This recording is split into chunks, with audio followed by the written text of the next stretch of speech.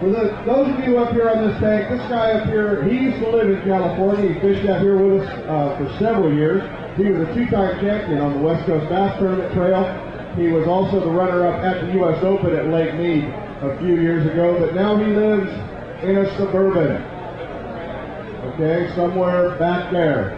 Andre makes his living traveling across the country. On his rookie year on the FLW Tour, he won the Walmart Beaver Lake FLW Open, betting a $211,000 first place prize for 5 days of fishing. Not a bad deal.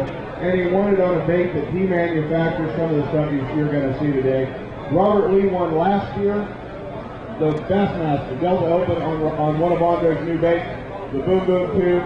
He now calls Scottsdale, Arizona home. Ladies and gentlemen, please welcome two-time FLW Tour Championship qualifier from Scottsdale, Arizona, Mr. Andre Moore. How you guys doing? A lot of people out there fish the Delta, I'm sure, and a lot of the baits I make are specifically designed for dirty water, big fish, lakes like the Delta or Clear Lake. And I was going to discuss some techniques that I use when I go out fishing Clear Lake or the Delta, which I don't get to do very much anymore. I'm usually stuck on these lakes back east that they say are so great and there's no fish in them. You guys are really fortunate to be able to fish out here where there's so many big fish. And fishing in California is just awesome, and I really think California Delta is the best lake in the country to go bass fishing. First technique I was going to talk about today is flipping or pitching technique. Pretty much godfathered by D. Thomas. He taught everybody how to flip, and the basic technique is use a heavy rod, 7.5 foot to 8 foot rod with heavy line. I usually go a minimum of 20-pound test on my flipping sticks. This one in particular, I've got 65-pound braided line on here.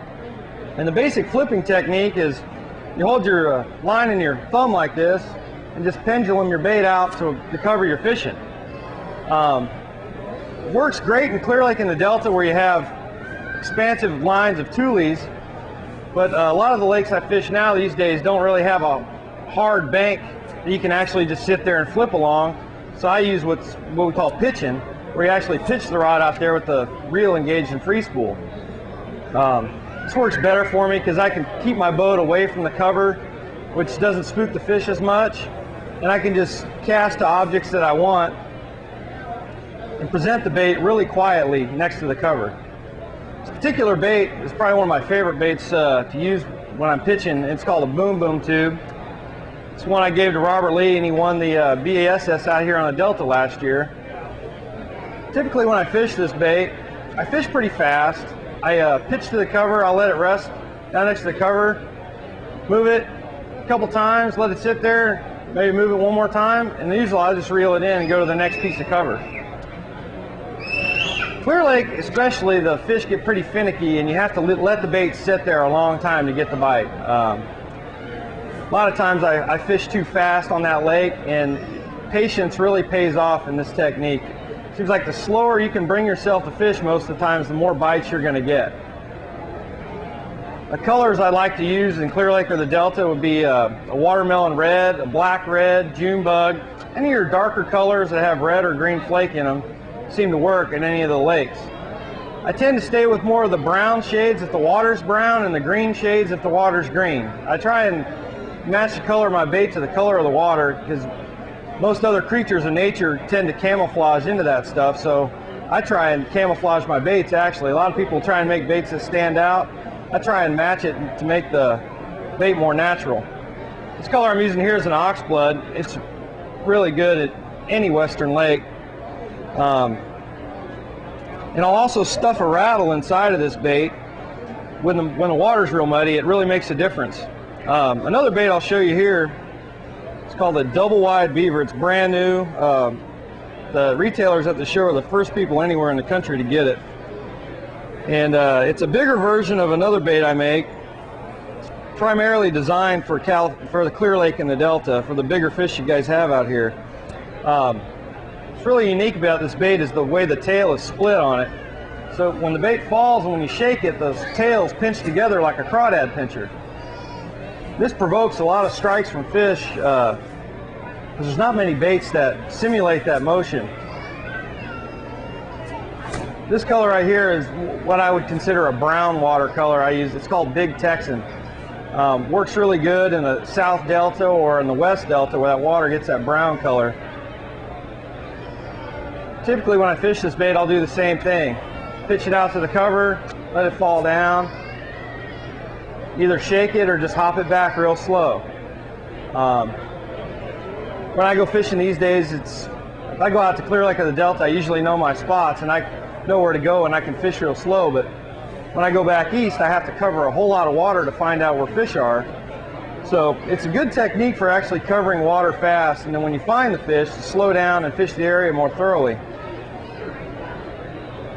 One of the biggest things in flipping, which helps me out a lot, is actually changing weight sizes. There's really big differences between quarter, 3/8, 5/16, half ounce, and I experiment a lot during the day with actual weight sizes. I just got back from Lake Okeechobee and I was flipping this bait with 1.5 ounce tungsten weight going through mats. Most people don't even own 1.5 ounce weight, but it's like a specific thing for Lake Okeechobee. We're actually punching through heavy hydrilla and hyacinth. I've done really well in the California Delta using a 1 ounce weight, going through tule mats and all kinds of other stuff that typical anglers don't even throw into. They throw next to it and they don't get the bite. I really like getting into the nastiest cover I can find, getting my bait in there and letting it sit there, because most of the times if you can find a mat of vegetation, your biggest fish in the area live under that mat. If you've ever been snorkeling or diving, if you're out swimming in the water, you can't see under that mat. So when the prey comes by, I mean, those big ones just come out and eat whatever goes by them. Big fish like having the sense of security. If they're shallow, they like to be under nasty cover. If they're not shallow, they like to be deep. Another bait I'll show you here is a dock water helix worm. Typically I throw curl-tail worms in the post-spawn. When the water starts heating up, the fish get off the beds, I like throwing a worm that has a curly tail to it. Be it this worm, a brush hog, an old monster. There's all kinds of curly tail worms out there to buy. But I like a slender profile curl tail worm when the fish get off the bed and all through the summer.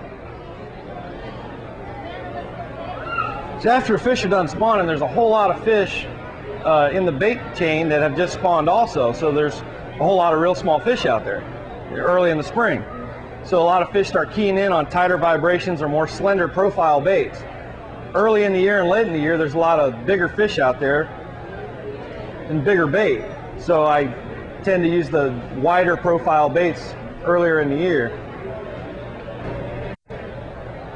On this type of worm, I really like to swim it through grass beds. I'll pitch it out and actually not let it hit the bottom, and I'll just start swimming it back like this.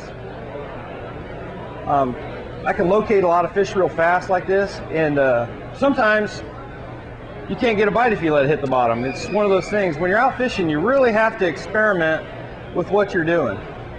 I really like to swim a big worm like this. We had a tournament last year at Kentucky Lake where I was probably catching 100 fish a day, swimming a big 10, 11-inch worm through buckbrush. The snakes had just come out and they were everywhere. There were millions of snakes. You couldn't go anywhere without having snakes try and jump in your boat. And I decided to use the big worm and swim it through the buckbrush. It caught a lot of fish. For that technique, I was using an 1/8 ounce head. A lot of times, I like using the bigger heads because it creates more of a reaction strike. It doesn't give time for the fish to look at it. Coming up here in the next 6 weeks, 8 weeks, fish are going to start spawning out here, starting about in March on the California Delta. When the fish actually go on beds, that's when I'll use a technique that a lot of guys use now these days called wacky worming. It was a technique born back east, and it's particularly deadly when fish start spawning. Now this bait's weightless and it's hooked on a weedless WW hook.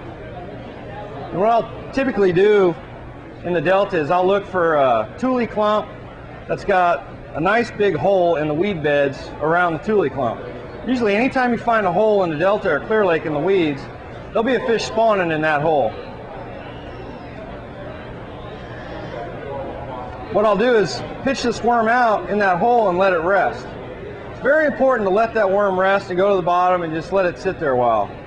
Patience is also a big virtue, and getting stuck in the cable is too. This particular bait is called a ball breaker, and I like the bait because it's perfectly symmetrical on both sides. You can rig it right in the middle, and when you twitch it back, it doesn't spin around and twist your line. And then once I've let the bait sit there a long enough time, I'll just twitch it a couple times and pop it. Now this will create a reaction strike from that fish sometimes, because it kind of emulates a crawfish flipping backwards or a frog kick in, or even when bass are real small, they eat mosquito larvae, which do the same action. Typically the colors I like throwing out on the Delta, my favorite would be this watermelon red or a California 420 color. And when the fish, I don't do this technique if it's really windy and nasty and rainy. I do it on a nice day. There might be a little bit of a breeze. Typically, if you're having fronts come through, I'll throw more reaction baits for those fish, like spinner baits or crankbaits. The nice thing about wacky rigging opposed to Texas rigging is if you do have the Delta breeze blowing out there when you're trying to fish, having the bait hooked in the center anchors the bait and creates more water resistance. So when you throw it to the cover that you want to be fishing, and the wind blows your line, it doesn't take your bait and blow it away from the cover. It kind of anchors it. It'll move it a little bit, but it keeps it more stationary where you want the bait to be. Sometimes if you've had some really nice warm days out on the Delta, I'll also fish this bait on the surface, where I'll take it, cast it out across the weed beds, and just twitch it and keep the lure where I can see it. Typically the colors I use when I'm doing this are a methylate, a white, or a chartreuse. And I'll just twitch it along, and every time it comes to a little hole, I'll stop it for a second. Usually that's all you need to do to get some really big females to come up and eat this bait in the springtime. There's a lot of baits you can wacky rig. Yamamoto Cincos, Konami Flashes, Doc Waters makes a straight tail helix worm. A lot of companies are making these heavily salted straight baits like this. Personally, I prefer this one. Now as far as Texas rig weightless fishing, and this fishing the weightless baits in the West has become so popular that guys don't even put them down anymore. I mean, they fish all summer, spring, and all they want to do is throw a weightless Cinco type bait. I'll show you an example of some different ways that you can fish these light-weighted baits. This is a bait called a Sweet Beaver, and what I actually have on here is a Lunker City belly weight on the shank of the hook, and it's 1/8 of an ounce. Now, this makes the bait fall a totally different way, because if you have a Texas rig, the bait will fall, nose heavy. This makes the bait fall flat, and it has a really distinct pinching action on the fall. So if you want to pitch it in that hole, it gives it that level fall like a crawfish, how they naturally fall. They fall flat, and it just floats right down there. And I've been playing with this for the last 6 months, and I've had excellent success fishing this lure this way. Had a lot of smallmouth at Lake Champlain we've caught on this. Everywhere we've gone fishing this technique. Now there again, you can also put this bait on a jig head and it'll do a spiral action. When you get out and you're fishing, you really have to play around, and I like doing things different than most anglers. If I know a lot of guys are out flipping a Texas rig bait, I'll try something different like this to give the fish a different look, what they're not seeing most of the time. I have some samples of it up here, of both the big Sweet Beaver and the little Sweet Beaver. Anybody'd like to have some? Just take a look. All right, I'll just throw it up there, so whoever gets, anybody over here want some? Thank you. Oh, you're welcome. What's that? You guys are all over me. Free stuff. I got other baits too, so hold on. Now another thing I like to do in the springtime in the Delta is fish a bait I make called a Dominator. Hold on, we'll be there. Here, this is a mini skirt. You guys can split them up. There's a lot in there. You're welcome. This bait here is called a Dominator, and it's a straight stick bait type bait, which you can also wacky rig. I really like to Texas rig this bait. It's got a big egg sac in the middle, which your hook goes into. What this egg sac does is actually keels the bait, gives it a stability point, because most of your round stick bait type lures, once the bait hits the bottom, it doesn't really do much on the way back. If you twitch it, it'll kind of spin around. And I didn't like that. Yeah, I kind of like that. What I really like about this bait is I can throw it up to the cover that I want to fish and let it hit the bottom. But then on the retrieve back to the boat, I can also make it fish like a fluke or a sluggo type bait and dive it back down the holes. And it's got a real nice fall to it. And I just feel I can cover water more effectively when I go fishing with this lure, because if you fish a straight tail bait, it's more of a non-aggressive fish strike. I mean, you really just kind of a dead stick type thing, but I can also catch those fish that need that reaction to bite. So I can do both things in the same cast, and I feel like I'm covering water more effectively that way.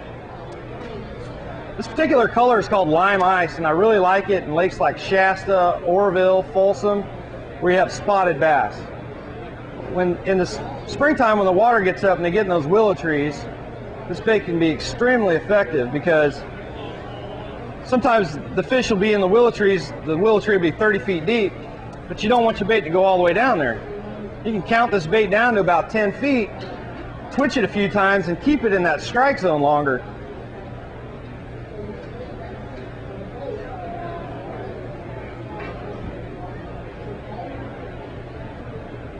I typically fish this bait on in the lakes about 15-pound test fluorocarbon line, P-Line's fluorocarbon, or in the Delta 30 to 50-pound braided line. And I use a 5/0 extra wide gap Superline Gamakatsu hook.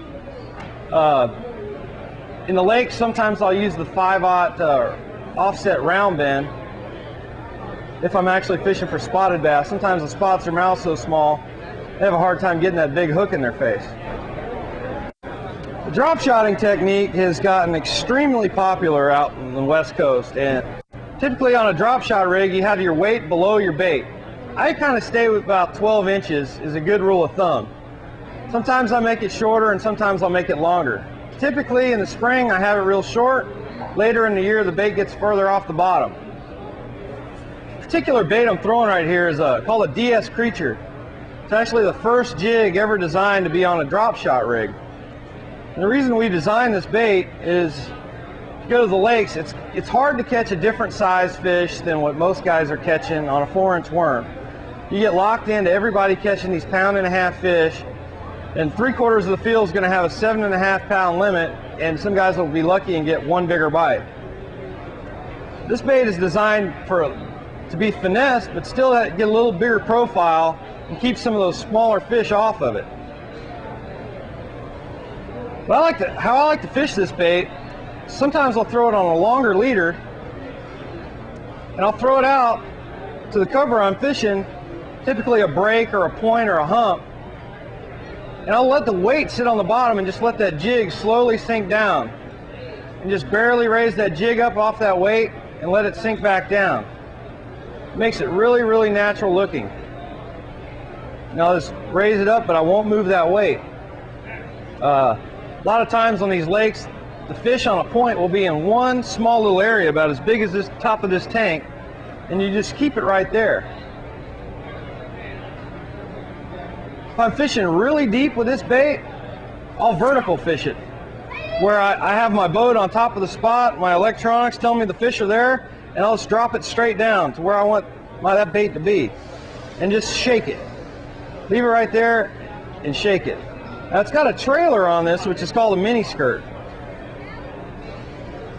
I like to put a little bit of a trailer on here. Super Pork's making a new pork chunk. Works really good on this jig. You can put little 4-inch worms, just about anything on this bait. Oh.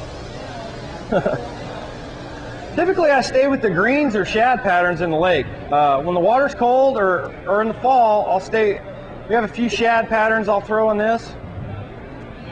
Like I said, it's just a different look that the fish haven't seen. I mean, every fish out there these days sees a robo worm, or it's been caught about 50 times on a robo worm, and I just like to give them something different to look at.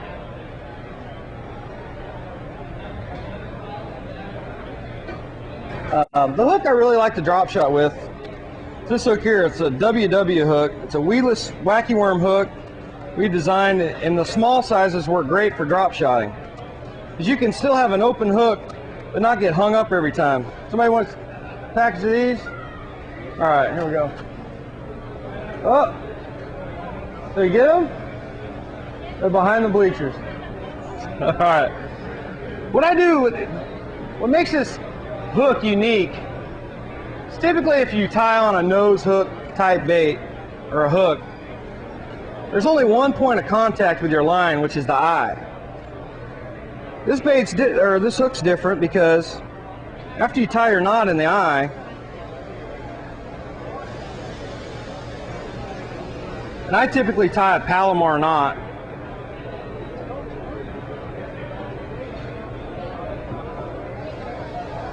There's a little plastic loop which is created from this weed guard on the shank of the hook back here. And I'll take this loop and fold it up off the hook and take my tag into my line and run it right through this loop.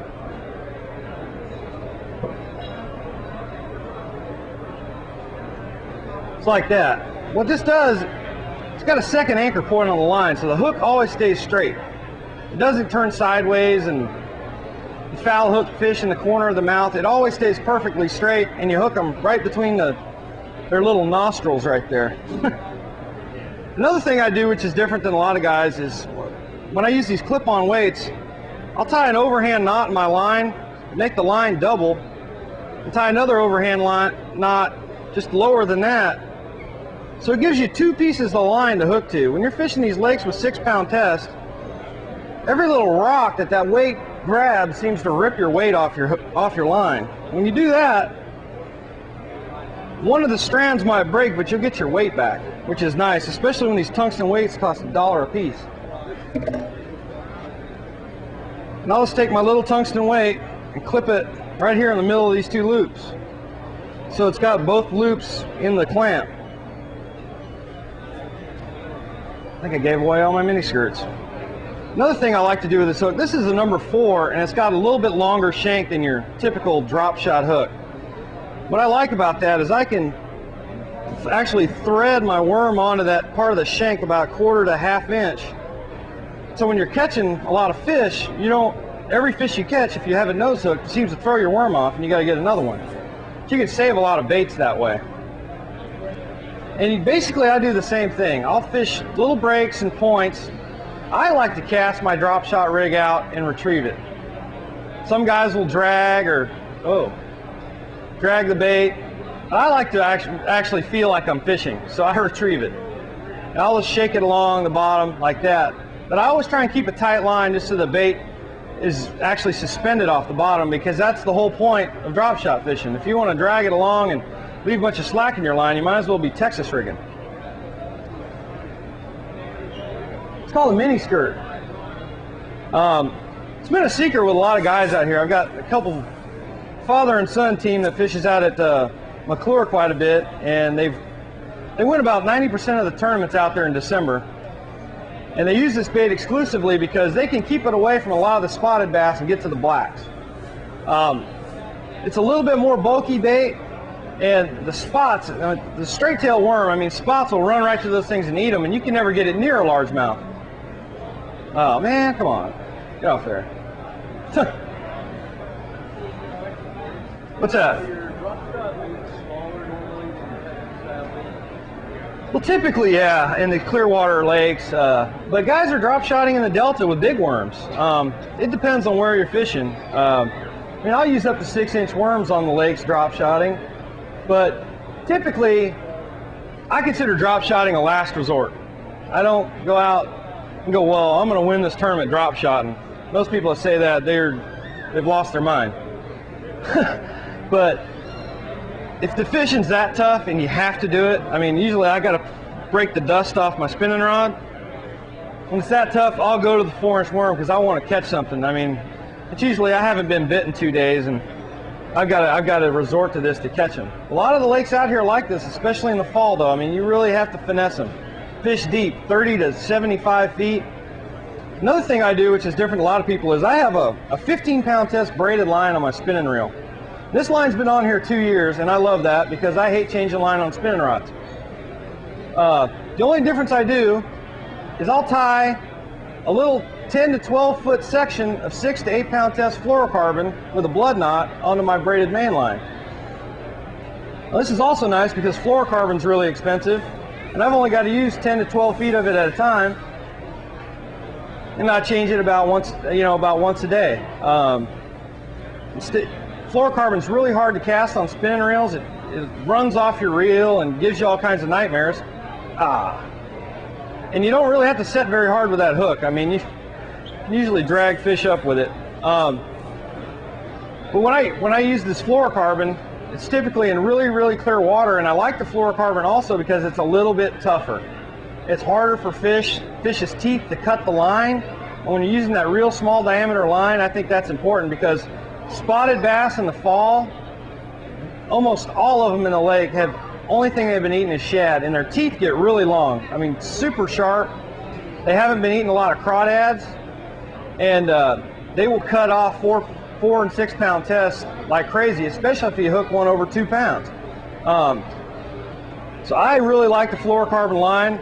They say it's invisible underwater. I don't know. I like it a lot. I use the fluorocarbon because it has the property of sinking real fast more than monofilament. So if I'm fishing like the weightless baits, I like throwing the fluorocarbon line because it actually makes the bait sink faster. Like I said, greens and browns, any of the lakes, you can't go wrong. A little bit of purple in this oxblood color here. I mean, you only need about 4 or 5 colors of baits if you go out. Typically when you go fishing, if you're not getting bit, you're probably not around the fish, but if you're around the fish, you're probably getting bit on this rig. The only problem with drop shotting is sometimes you have catching winning fish, it's really hard. I believe so. I mean, I'd much rather go out, if I think I can get 5 bites on topwater, I'll throw it all day because I know that those fish are probably going to weigh 4 pounds more than a limit of drop shot fish.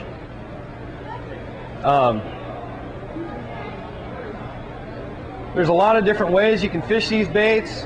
It's all personal preference. I typically start out with a 1/4 ounce weight, and if I can get away with it, I'll use 3/8 and a half ounce. I've also been at some tournaments at Lake Shasta where I was fishing 45 feet deep. The only way you could get bit was have a little 1/8 ounce weight on there, and it just takes forever to get to the bottom, and they bite it. I don't know why it matters with a drop shot rig, but sometimes it does. You really have to play around with weight sizes when you go fishing. Sometimes it makes all the difference in the world. Especially these tournaments I fish. I mean, I'm not saying I'm perfectly right all the time, because I'll be in an area with another friend of mine, and he'll get twice as many bites as I am, and I'll be like, well, what's the difference? I mean, because most of my friends use my baits anyway. So, well, what's the deal? He's like, well, I got a 3/8 ounce weight on here, and I've had a 1/4 on, and he gets all the bites. So weight size really plays a big role in bass fishing. It's easy to get lazy and not change. And that's one thing about fishing, is somebody's always going to catch them, and they've probably just thought a little bit harder about it than you. It's usually not luck. Last technique I'm going to show you is probably my favorite way to fish. When the water temperature gets over 58 degrees, anywhere I go, I've got a topwater bait tied on. I feel topwater fishing, you've got a chance of catching really big fish. I've caught, half the fish over 10 pounds I've caught in my life have been on topwater baits. And my favorite bait that I use now is called a Trixie shad. What this is a soft plastic buzz bait. It's just a rubber body bait that I fish like a buzz bait. It's got a tail on it that creates a lot of commotion on the water, and it catches fish anywhere you go, and all kinds of fish. And I'll just run this thing along the surface just like that. One of the Biggest problems I have with people trying to fish this bait is they think it is a buzz bait, so when a fish bites it, they immediately set the hook and they miss them. I use the strike when I see it as a strike indicator, and I'll stop the bait, drop the rod, let them feed a little line, and then I'll set the hook. Biggest thing with this bait is if you have patience, you almost never miss or lose one with it. What I also like about this, as opposed to a buzz bait, is a lot of times you'll have fish short strike a buzz bait. Well, they'll short strike this thing also. What's really nice about this is when I get a short strike on this, it's not like a buzz bait where I got to reel the buzz bait all the way back in, grab a worm or a grub and throw it back in there and hopefully get a bite. Because when a fish short strikes this bait, all I do is stop it. And it's your follow-up bait all in one. And usually it takes about 2 or 3 seconds. That fish turns around and you see your line go boink and you rip him. It's awesome. It's my favorite bait I have in my tackle box, and whenever I can catch them on it, this is what I throw. Sometimes if I'm fishing really, really heavy vegetation, I'll put a really small 64th ounce gambler screw lock on the nose of this bait. It makes it come through the cover a little better, but doesn't really weight the bait down too good. It kind of locks everything in there. Another technique that I've been messing around with this bait is put in a 3/8 ounce belly weight, that Lunker City belly weight I was talking about, but a heavier one, right on the shank of the hook. And therefore I can wake it right under the surface, right over the grass beds, almost like a swim bait. Almost exactly like a swim bait. And another nice thing about it is if you go out to the Delta and the fish are really biting good, you can go through $100, $150 of swim baits in a day out there. I mean, they'll just tear them to pieces. This thing, you can catch the same amount of fish and only cost you about $5.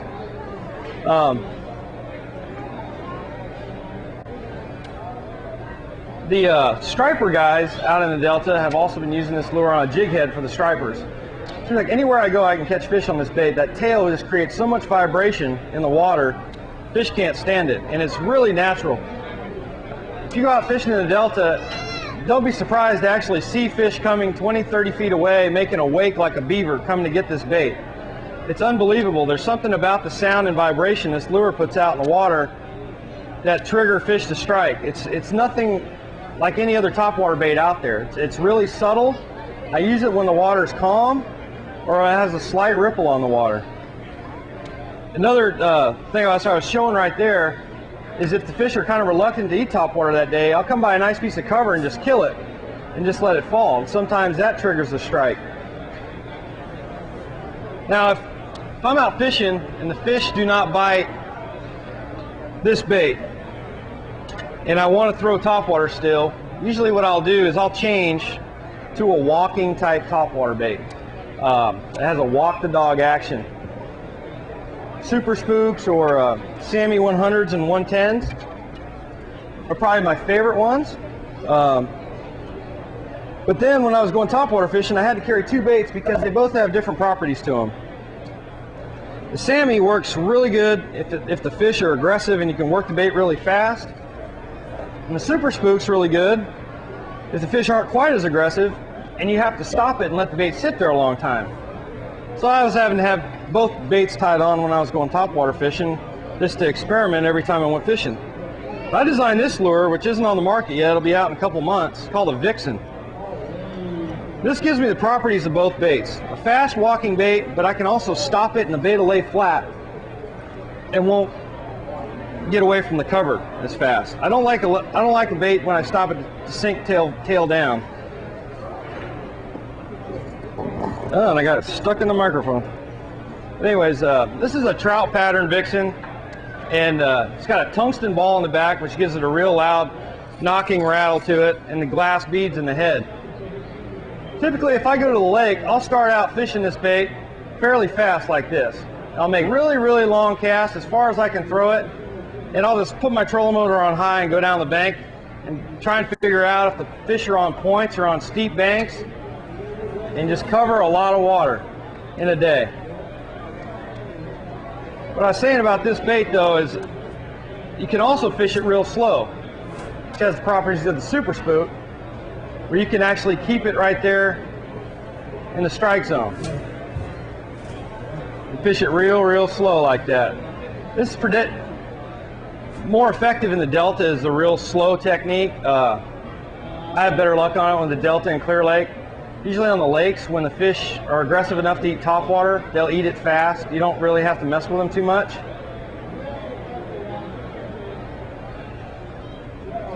And you guys have any questions on topwater fishing? Because I'm about through all my baits and I'm getting ready to give away a whole bunch of stuff that I got left.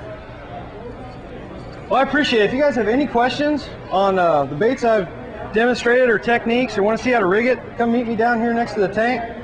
And let's see, what all I got up here to give away? You get nothing. What's double-wide beavers? Brand new one. There we go. You got some ball breakers over here. Oh. Some boom boom tubes. Right. Oh, they're coming out of the package. Some more tubes over here. Uh-oh. More tubes. You guys go. Oh, that's my favorite color for the lakes. Magic Cross Swirl. Here we go. And some WW hooks for wacky rigging. Get those out there. Oh. And I got some Trixie shads. Oh. I got my phone ringing, all kinds of stuff. We got samples up here too. Where's the kids at? Here you guys go. There you go. Oh, sorry. There you go. All kinds of fun stuff up here. I'm going to give away some of Gary Dobbin's stuff up here too, so there you go.